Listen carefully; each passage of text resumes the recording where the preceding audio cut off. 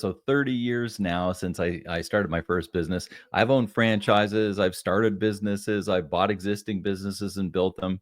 I had a bathroom renovation company for about 15 years. At the same time, owned a cleaning franchise that we bought. It was in distress and it had 30 clients, and we built it to 300 and sold it. Was a business broker for a little bit, and that's how I found some businesses that I currently own, which we're retailers. We own some shoe stores here about an hour outside of Toronto, and I spend most of my time these days helping coaches or helping other business owners and coaching them through sort of, I call it from frustrated to freedom. And I think that's, as we get into business, Josh, most of the listeners are managing or owners of their business. And, we have these dreams of freedom and the dreams of having a better life. And if we get into business for ourselves, we can have our own way and do our own thing and all that kind of stuff. But it's not just about doing your own thing at work. It's about doing your own thing and enjoying some of the freedoms that your business can give to you once you get it running and what I call like on the rails. When it's running on the rails and you're working in your unique sort of strengths and making some decent money, then you start thinking after that initial sort of startup phase, you start thinking, maybe there's more to it than just putting in 60, 70 hours a week, right? 60, 70. From an entrepreneur standpoint, man, I would love to only be doing 60, 70. Yeah. That's pretty awesome. I love talking to people like you who kind of have like that big picture, know how to scale things kind of model. I know personally, being a gym owner, I often find myself in the weeds and the big picture gets lost in the background. So I kind of want to cover that, but at first I want to hear a little bit more about the backstory of your build up and everything like that. You said you had a cleaning company? That's I pretty did. cool. So tell me a little bit about that. Like, how did you acquire that company and what was kind of the like goal with it? It was interesting because the way I acquired it, it actually came in through the back door because my franchisor, as franchisors often do, had several different franchises. And I owned one of the other ones, which was the bathroom renovation company. And at the time, they said, we have a struggling franchisee in your territory, and they want out. Would you be interested in looking at this business? So I kind of looked at it and I'm like, oh yeah, this business isn't doing well. And then I'm like, I think I can actually do well with this. It was just the operator at the time wasn't having a good go of it. And we took that opportunity and we looked at that as a turnaround situation, and we owned it for 10 years. It wasn't an immediate sort of 10 times and get out. We had Mhm. it for 10 years, and it was a successful exit. And at the time I had the other business and I was building it. We had a multiple truck operation, so I wasn't, at that business. We refinished bathtubs, we refinished kitchens, we put in bathtub liners and wall systems. We were in about 1,000 bathrooms a year for a lot of the rental units and stuff like that. But I was really worked my way off the truck, and I was managing more than I was actually doing the work at that point in time. And I had it sort of running fairly well with a key person that was doing a lot of this stuff. So I was able to take on this other one. And I'll tell you, we specialize in cleaning bathrooms, like at gyms, like retail places, all that stuff. And we went in and we sanitized their bathrooms, and we dug out the urinals and we dug out the toilets, and we really did the down dirty, because most of the time the cleaners that are looking after those places kind of go in and do a spit shine, but they don't do a real deep, thorough cleaning. So we did that, and we looked after paper products and hand sanitizers and feminine napkin bins and auto flush units and air fresheners and all the things you would need in your facility bathrooms. And so that was a service, a weekly service. We'd come in and do all of that. And we had other sort of tack on services, paper products, all sorts of different things. And so we grew that business into another rooted business. So I had a bunch more other people on the road doing routes. They'd go to the gym and then go to the pizzeria and then go to the retail store and go to the doctor's office down the road, basically, as we build out those routes. So, both the businesses were in the service oriented side of things as I built those, and they were both franchises. That particular franchisor that had the first franchise, the cleaning one or the bathroom renovation one, was that franchisor changed 3 times in 5 years. That business was sold 3 times in 5 years. That my first 5 years of owning that business, and at the end of that, I just said, you know what? I'm done with a franchisor for that business. I actually went and bought out my franchise, and kept the business going, but we rebranded it, and it was my own, and we did it properly, and it still goes today. The person that 30 years later, I started that in September 1994, and here we're recording December of 2024. 30 years later, or 15 years after I sold it, the fellow that bought it called me up and he said, "Pete, you owned it for 15 years. I've owned it for 15 years. It served us both well." And I think, that was kind of a really interesting thing for me to look at that, looking back and saying, this was a stage of my life that we grew and we built this thing. And now he's taken it and done even better. And, all of this is the entrepreneurial journey, Josh. And I look back and I say, there's some things I really miss about that business, but there's a reason I got out of it too. And so no regrets. It's just like looking at that was just part of that lifespan for me and what I was doing as an entrepreneur. And I learned a ton and I went through all sorts of different stuff. And that was the first business that I actually sold. And then we sold the franchise, the cleaning franchise as well. And then I helped other people buy and sell because I was a licensed business broker, and got into retail, bought a couple more stores, lost a store because it wasn't performing well. So we're down to 2 stores now with the shoe stores, but those 2 stores have been operating. I mean, the last one will be open 10 years here in the spring, doing very well. But again, like the other businesses, I've worked my way out, and I call it moving from operator to owner. Instead of being the person opening the door, turning on the lights at the store or at the gym or whatever business that the listener has, I don't have to go to the store much anymore. I spend about a day a week in my 2 retail stores combined. And the rest of the time, I'm chatting with great entrepreneurs, helping them. I do a lot of speaking now at various business events and coaching and a variety of different things like that, which I truly love to do. I still love my shoe store too. It's just that I don't need to be there because I've got everything else running on rails. And that's what I'm hoping we'll be able to talk a little bit about here, because you can do it too. And yeah, it takes time and yeah, it takes effort, but there is a way. And if it's something that you want, then maybe the 5P structure that we're going to have a little chat about here will help you get your thoughts around here as we enter this new year. And it's like, what am I going to do this year so that I can free up a few hours of my time and so that I can enjoy some of the life outside of the walls that I work in? I am so excited to hear about that. I know personally there's so much gold in this that I'm going to take from this, because I am definitely looking forward to that. That's kind of the transition role I'm in right now, as I'm working on being more of the head of the company versus in the company. But there's so much I want to touch on what you just told me. So before we dive too deep into that, there's just a couple little nuances that I heard from the story that I'm really interested in hearing more about. One, I'm super fascinated by the fact that you went from the like service base, going into businesses, cleaning the businesses, and then from there you went into a retail store owner. Before we dive into the systems and processes of going from like in the weeds to looking over everything, can I hear a little more about that? Like, I'm just kind of curious, how did the transition to shoe store owner happen? Well, as I mentioned, I was a business broker, so I was helping people buy and sell businesses. Which, as now, I'm not a licensed business broker anymore, but I am a certified exit planner. So I do actually a lot of my coaching is around helping people get their business ready for sale.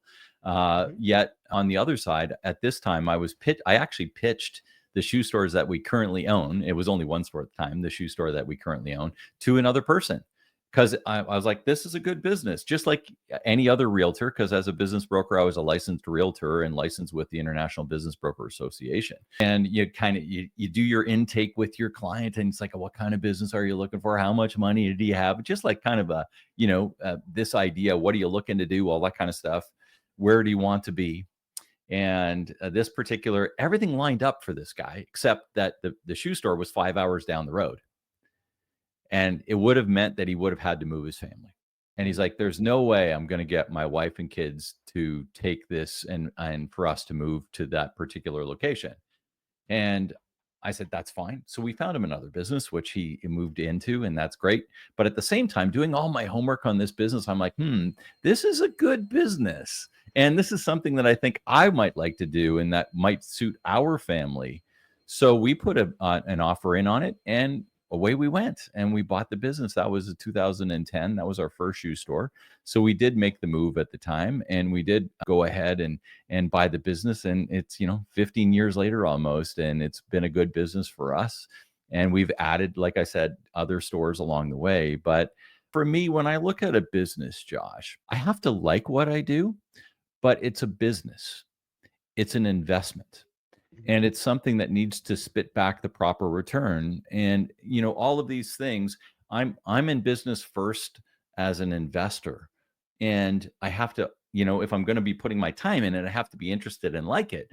But for me, it's just one of those things that I've always looked at it and said, does this make financial sense? And if it doesn't make financial sense, then I'm not interested in that business. It's financial sense first, because I need to make my living, and we want to have, the proper amount of money that it's going to take to run the family. So that's sort of my, procedure on how everybody's different.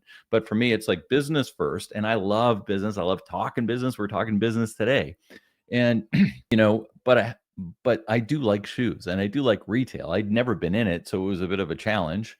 And there's a lot of differences there between being, having a service business where everybody comes to the shop in the morning and goes out and does their stuff, versus all of your clients come to your shop, which is what retail is, or in your case, the gym. And it's a very different thing. I'm used to going out and drumming up the business in the first 15 years of my career, and now I have to wait for people to come in my store in order to do business. So that was a mindset and sort of very big difference for me. Whereas we used to work in 1,000 bathrooms a year, well, now I'm in one big room, which is my retail store. That was a Mhm. difference.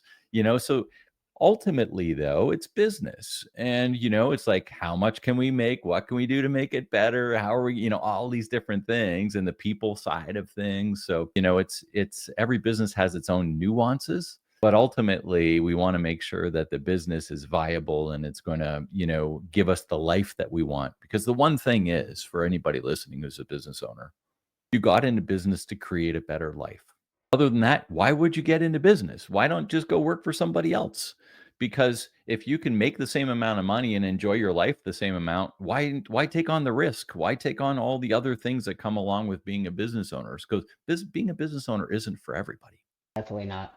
And that's kind of why I wanted to like touch on that. Most gym owners, most fitness professionals, most like people in my field, Hmm. when they go into owning a business in the fitness industry, all they know is they like working out. They know Yeah. nothing about business, and that's why I kind of wanted to start with you switching to an industry that you didn't know, because you're now starting where everyone else that's probably going to be listening to this is going. Me specifically, when I got into business, the first thing I did was start a gym. Well, first thing I did was started coaching. Then I went into running a gym. So I went in not knowing anything. Yeah. So I kind of wanted to start there. And now, if you don't mind, take me through the journey of like going from, okay, now I have this brick and mortar location. Mm. I'm in this room all the time. How did you go from that to now you're like out here talking to people like me and spreading the word and someone else is out there doing it for you? Well, I think now is a good time probably to inject that 5P structure, because Definitely. when you get your head around working with a structure, then it really makes sense. And that's why I created this 5P structure, and I wrote a little book on it called The Business Owner Breakthrough, my podcast is the same name, The Business Owner Breakthrough. And we talk about all this stuff all the time. But basically, it revolves around these 5Ps. The first one, and I'll rhyme them off quickly and then we can talk about. First one is understand your promise. The second one is align your product. The third one is align your process. The fourth one is align your people. And the fifth one is so that you can have the right amount of profit. And when Makes you perfect do that sense. alignment of those middle three, your product, your process, your people, the profit comes. And when the profit comes, you can start to decide what you want to do with it to enable your freedom. Maybe that's hire a VA, virtual assistant. Maybe that's hire your first bookkeeper. Maybe that's hire a marketing person so you don't have to do it all. Maybe whatever it is that you want out of, then once you get enough profit, you start thinking, if I hire a marketing person and the marketing person costs me $20 an hour and I can earn $50 an hour or $500 an hour, whatever your rate is, why would I do the marketing? And for the first little while, you had to because you didn't have the money, but this whole flow starts happening, and then the more you do that, the more you elevate yourself into your area of true genius, whatever that may be. Whether it's coaching the person, whether it's a chiropractor, making sure that their table is full, whether it doesn't matter whatever the area of genius that you possess. Why wouldn't you be spending all of your time in that area and farming out the rest? And this is the biggest thing because habits are formed. You guys, most of the listeners are trainers here and people that are enthusiasts and understand repetition is the mother of skill, right? 100%. Yeah. Well, repetition is the mother of skill for doing the stuff that you don't want to do too, True. True. The right? amount of You can times I train fill the out wrong a way. P&L. Oh yeah, 100%. Yeah. The amount of times I fill out a P&L sheet and I don't want to anymore. Like it's, I get it. You're right. You can train the wrong way. And here's the thing. Starting up, we've had to do all this stuff. But once you get to that point where you don't have to, then let it go. Like, don't do it. There's somebody out there that's better than you. Let them take it on. You do what you're the best at. Let's use that bookkeeping thing. I have 2 business degrees, Josh. Like, I'm good with books. I can Hmm. read a balance sheet and income and I can pick it apart and analyze it very easily. But I'll tell you, I hate bookkeeping. Hate it. I'm good at it. I don't want to do it. So probably 28 years ago, I hired my first bookkeeper and I've never looked back. And here's the thing, when Michelle that works with us now, been with us a long time, when she balances the visa, she's like, woohoo. When she like make everything's perfect, she's like, yoo And I'm thinking, oh my God, she just spent like an hour balancing the visa. What a pain. That's something that I would dread. And she's like, woohoo. There are people out there that love doing what you don't love to do. That is 100% true. I mean, same thing goes in fitness. The only reason people hire coaches because they don't like working out and they need us to make them do it. So that makes perfect sense. So how do you kind of like make that determination of, okay, so I've been doing this for a little while, I've made a little bit of money. How do you take that next step and decide, okay, here's what I need to offload first? Walk me through Mm. that process.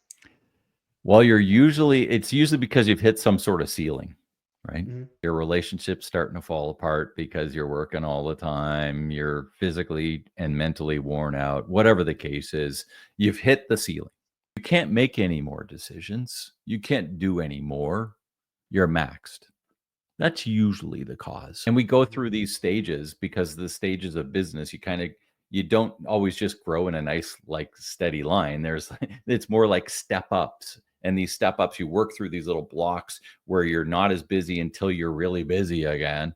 And then you hire that next person. Then you kind of go down to saying, oh, what am I going to do now? And then you work your way up again. And this sort of stepping happens along the way as you grow and build your business. So how do you hire your next person? Well, basically, you want to make sure that you're aligning. So let's go back to the 5 Ps for a second. Hmm. The promise isn't your vision or your mission. The promise is outward facing. Vision and mission are inward facing.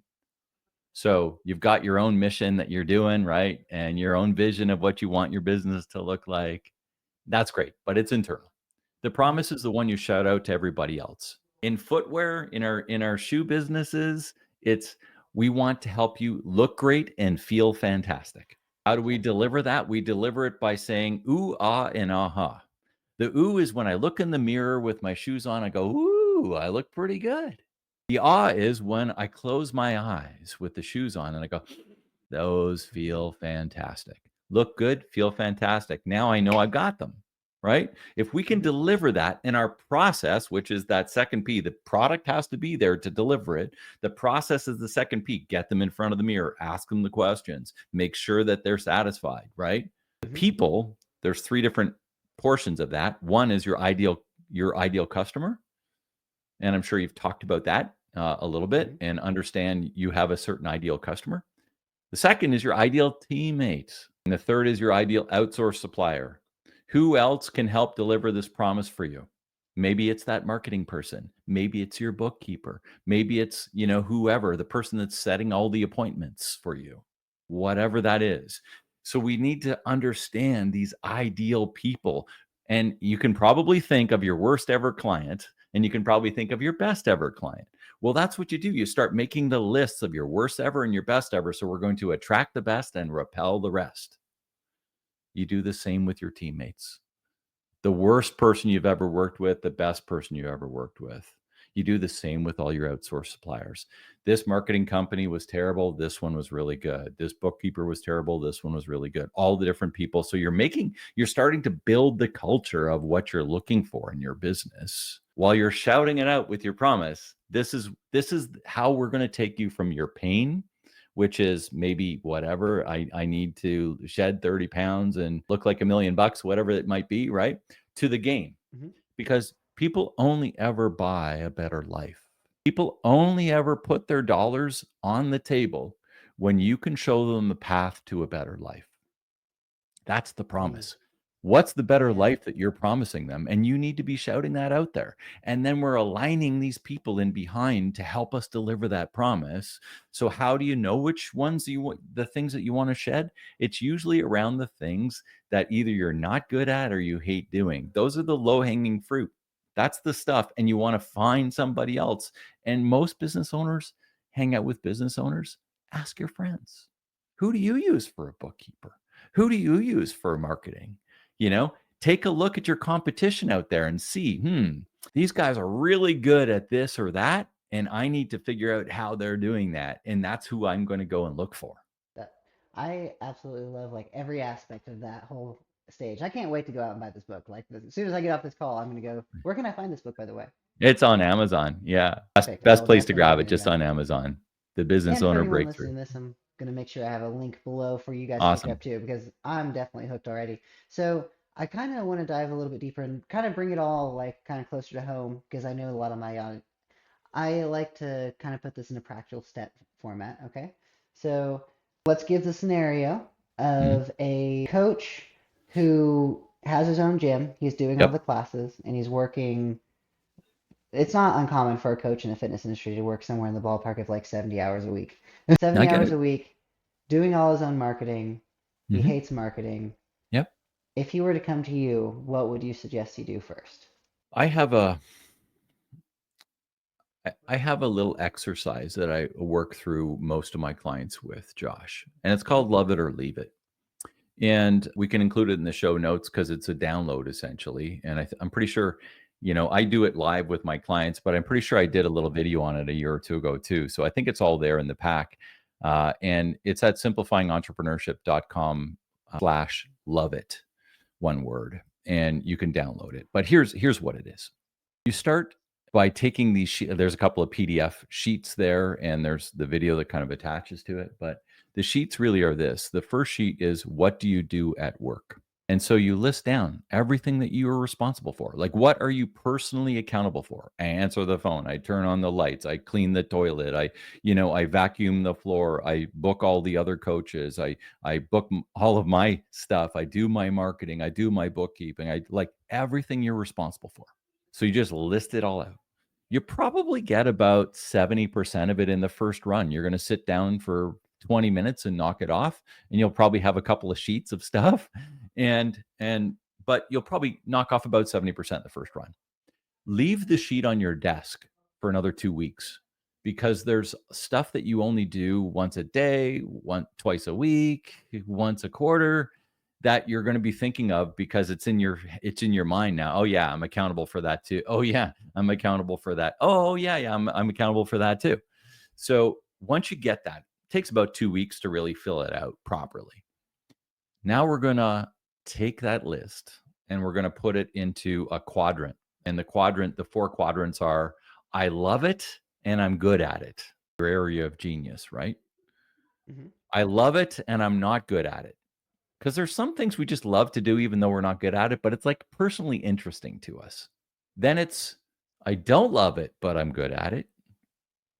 The worst of all the evils. And the one where most small business owners spend a lot of their time. Okay. And then there's, I don't love it and I'm not good at it, which is the stuff we just have to do because there's nobody else to do it. Right. Hmm.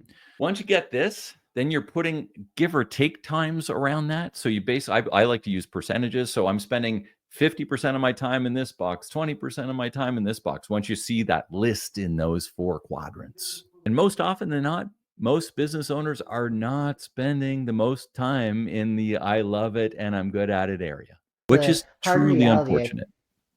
Yeah, I was literally just talking to another coach about this today, how like once you sign the paper to be a gym owner, your job's now to keep the lights on and you don't train anymore. Like I don't coach anymore, which was why I started a fitness business in the first place. So I Yeah. definitely could not agree more with that. So now you have your list out, you kind of have an idea of where you're spending your time. What do you do next with that list? Then, as like I said, this show is going live here in the early part of the year. Then you say, okay, but by the end of 2025 or whatever time frame you're looking at, if you're listening to this later, what am I going to do about it? And it's like a reckoning. And you're saying, okay, well, the first stuff that has to go is the stuff that I don't like to do and I'm not good at. It is the least useful of anybody's time. So if there's anything in that bucket, it's got to go first. The next piece of the puzzle is usually the biggest bucket, which is I'm good at it, but I don't love doing it. And I'll just use my own example that we've already used here, bookkeeping. I'm good at it. I'm trained. I'm educated. I totally get it. It makes sense to me. I just don't like doing it. I've worked my way out of that one a long time ago, and I'm glad I did. And the person that I gave it to loves it. So isn't that a win-win? Yeah, I mean, you're providing for them and they're staying in there. I love it and I'm good at it. And you're, what I love about this process is you're literally feeding the people who love what they do, the things they love what they do, and offloading the things that you don't. So it's a double win. So do you kind It of makes have it a hierarchy exponentially. of things, or do you just basically attack the lists? Yeah, I basically just go at it and say, off the bat, you start to pick that low-hanging fruit. It's like, who do I know that can do this? Because that's the low-hanging fruit. If you already know someone that can tackle some of this stuff, let them have it. And then we need to get back to the 5 Ps. If all of that information is in your head, you got to get this stuff out of your head and onto paper so that they can follow a process, right? That's a big piece. A lot of small business owners, everything's in their head. We need to get out of your head and onto a piece of paper, onto a video, onto a different way of training this new individual to do it in the expectations that you want them to do because they're delivering your promise. And in order to deliver your promise, there's a certain culture behind that. There's a certain, way of doing things. And you can't expect them just to, Wi-Fi into your head when they need it. You have to actually have this process down so that they can follow it without you being there. Again, you're asking them to make decisions and do things on your behalf without you being involved. That's how you get freedom. And if you have to be involved in every little decision and every little line item, then why have them there?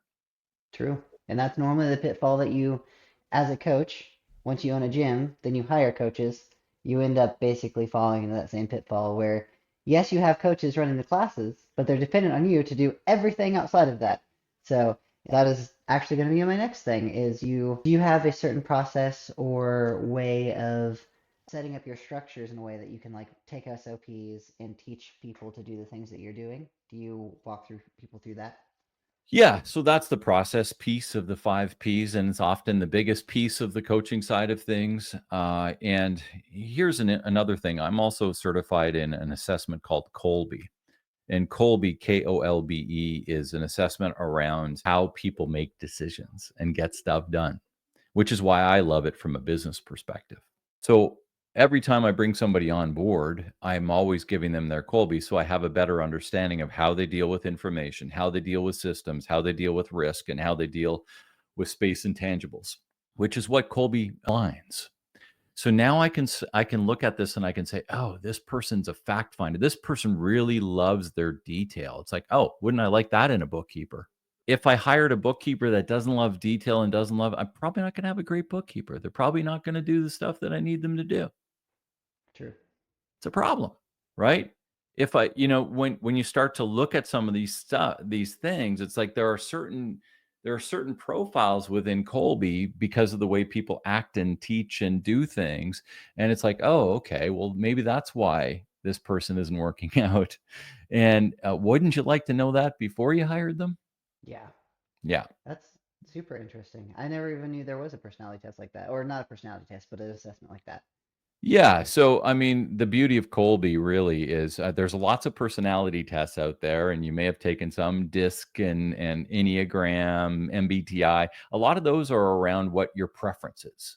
It's called the Hmm. effective, right? It's around your preferences, which is great too. I love those too, and I like to overlay them on top of Colby, but I always start with Colby. And then there's the IQ tests and sort of SATs and all the cognitive tests around, are you capable and do you have the mental strength to get the job done? But this one that sits in the middle really is we call it conative. And the conative is how do you take action? And to me as a business owner, like how do you make decisions is way more important. I need to know that it's going in so that we can work together, communicate together, get stuff done, work as a team and understand each other, how we need to communicate to get the promise delivered to our clients through the process, through the product, through the people, so that we can drive the right amount of profit. I mean, all of these things align together because that's what makes your business hum. That it. I couldn't agree more. Like I am definitely looking forward to this book more and more the more I hear you talk about this. So Cool. I'm kind of curious about one thing that I know a lot of people in my industry deal with. So I love the idea that you have the five P's to help you get to this point. I Mm, noticed though that as I grow farther and farther to the point where I am the guy who's kind of just overseeing the business, yeah. when you first get to that point, you kind of deal with what I like to refer to as entrepreneur guilt, where it's Mhm. like I was invested so much of my time in this building and now I feel bad for not being in this building. I don't know if this is something you've experienced or you're familiar with what I'm talking about, but how would you recommend someone take on that aspect? I think, everybody has their own journey, Josh. Hmm. And, you might phrase it as guilt, whatever the case is. Some people think that they, like I said, need to be there to open the store, need to be there to close the store, all this kind of stuff, because they feel as though the rest of the team would look down upon them if they weren't. My feeling is almost the complete opposite. And and I'll tell you, one of the things when I start teaching people around and coaching, working with people around process, one of the lines that I use is, well, and we can talk about it. Do you, does anybody ever come and ask you a question where you're thinking to yourself, "Oh my God, they've been with me for like 3 years. They should know the answer to this." Yeah. Does that ever happen? Hmm. Yeah. Well, it happens to most business owners, and I think it's pretty common. And the reason is because you've trained that person to come to you to ask that question. You've trained them to do that. It's True. I agree. habitual. It's habitual, just like any other habit. And the thing when you hear that in your head going, "Oh my gosh, Joe's been with me 3 years. Like he should know the answer for this." Your question back to them should be this: "What would you do if I wasn't here?" It's that simple. "What would you do if I wasn't here, Joe?" "Well, I would do this, this, and this." And you're like, "Exactly." And you don't have to say any more than that. You've now granted them authority to make that decision without you.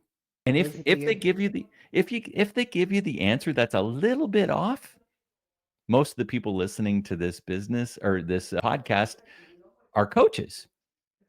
And what happens when something isn't quite right? You give them a coaching moment and you say, "You know what? 90% of this is good. To tweak it out, just do this little thing."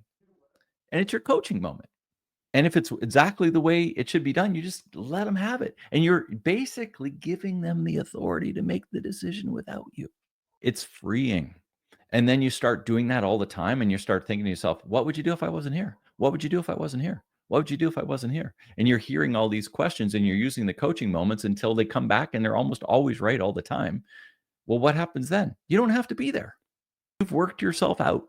I think that there's, especially in the fitness industry, so much more gold in that I could dissect that we could be here for another like 3 hours. Because in the fitness industry definitely is an emotional tie business. Like people, it's one of the few businesses out there, and I can say this because I've talked to several entrepreneurs who's in the fitness industry, where people get into it because they love the idea and the actual like process of it. So most people get into fitness because they lost a lot of weight themselves. They went through Yeah. this journey and now they want to share with others. So they Hmm. tie their personal identity into the gym itself or in their business. And it gets so easy to basically project, like, if someone comes to you and they say they don't know how to do something, you get rewarded because now you get to tell them how to do it, even if you told them this over and over time. And then eventually, down the road, just like you said, you taught them to come to you to ask you this question, and now you have to unteach them this, which hits your ego and also makes it where you have to like work backwards. So yeah, it's definitely you hit the nail on the head whenever you're talking to someone in the fitness industry. That's for sure. It's no different though, Josh. I mean, I coach dance school owners, I coach retailers, I coach lawyers. I mean, I coach a lot of different people, insurance agents, whatever the case is. But if you take it back to somebody that owns a quilt store, they may have got into their quilting business because they love to quilt and they want to teach that class the way you guys teach a class. It's Mhm. just a different service. It's the same, going through the same, they're going through the same struggles in their head and they're having the same issues. And it's really hard to get out of those sometimes at certain levels of business. As we crest, we get up to that sort of ceiling of our decision making capabilities, whatever level that is for you. It's like, all right, I mean, something has to give here. What is it? And we see a lot of times, I mean, you guys are in the health industry. People have problems mental health wise or physical health because of that. Mhm. Divorces happen, breakups. If you're in partnership with a partner in your business, sometimes those partnerships come to, heads and Mhm. things don't go well. And sort of the structure behind that usually is because you've reached your max and you don't know what to do. And so hopefully some of the thoughts as we're going through the call today here, it's like, I got some work to do because I don't want that to happen. I don't want that to get to that point. I do want to run a successful business. I do want to have a quality life as well, not in spite of. And you can. I'm here to tell you, you can. Other people have done this and you can too. And it's not easy, but there is a way. And that's sort of this talk here is start thinking about this stuff, start writing that list, start lining it up, and start understanding what you're truly good at. Because if you work more hours at what you're truly good at and less hours at what you're no good at, it's going to make you feel better. Think about this. At the end of a day where you've done something, like if coaching is your thing and you've had 6 hours of coaching today and you're finished and like it's truly your thing gives you energy. It doesn't take it away. So at the end of the day you're like, "Holy, I just did 6 hours and I feel friggin' awesome." Whereas if you don't like marketing and you did 6 hours of marketing, at the end of hour 2, you're like, "Oh my god, I'm done for the day." How much more efficient and effective are you gonna be if you're working in your area of genius all the time? And you're gonna be way more profitable doing that too, because other people wanna use you in your area of genius if you're selling your time as part of your service. They want you. They want you at your best. Farm out the rest. It's time. How would you suggest someone go about finding their realm of genius? Would it be the same list, or would it be just whatever you just thoroughly enjoy doing? You know what? There's, like I said, it's all that love it or leave it thing is going to give you a great starting point. And it becomes, when you write stuff down instead of just think about it, when you actually put pen to paper and start crafting this out a little bit, it's kind of like, oh yeah, I need to do more of this. I really do. Not only for my own health and sanity, but for my business to be better, for my relationships to be better, for my, for all of the things, the reasons why you're doing what you do to be better, you need to be working there. And it becomes very apparent. And it also becomes very apparent what you need to shed. And, for those of you listening, you probably already know a few of the things you need to shed and you just haven't done it yet. And I'm using this as a call to action. It's time. You know, take that low hanging fruit, whatever it is, and start the process. And here's the other thing.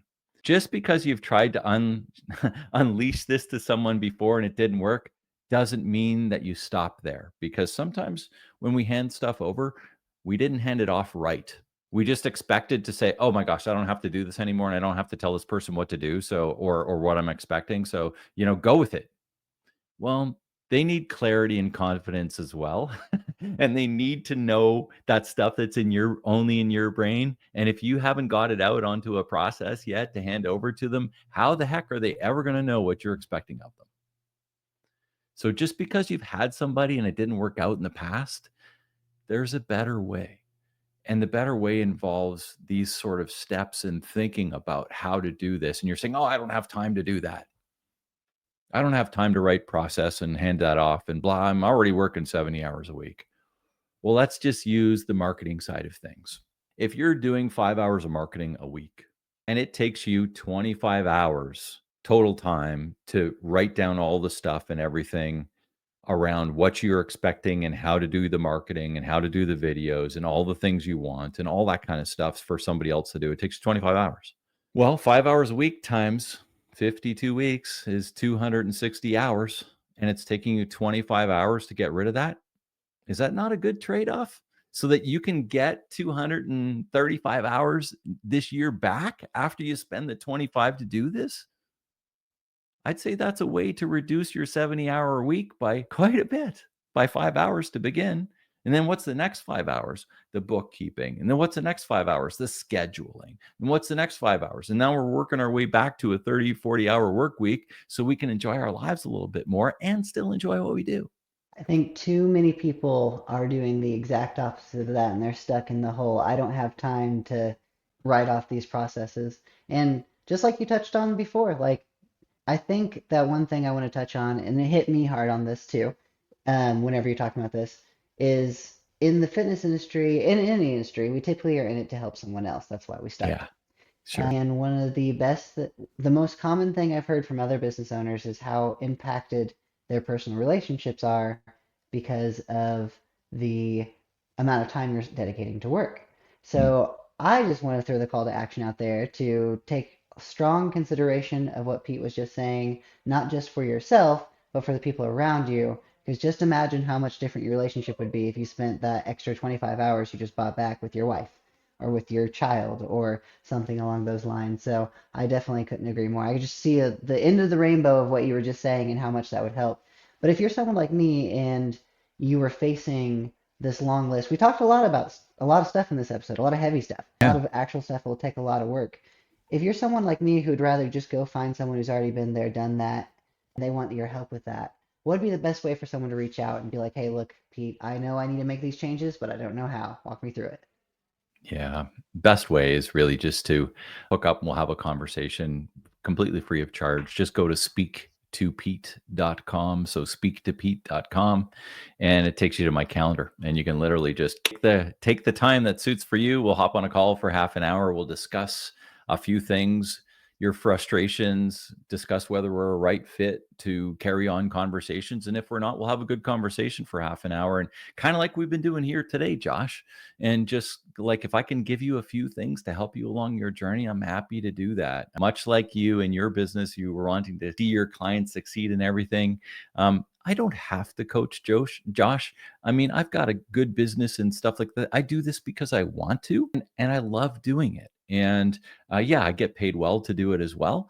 But at the same time, I have a higher sort of feeling about it. And the feeling about it is I've had 30 years under my belt of being a business owner, and I don't want to see some of the people that I'm talking to do go through the problems that I had to go through and go through some of the things. It's like, let's give them a shortcut.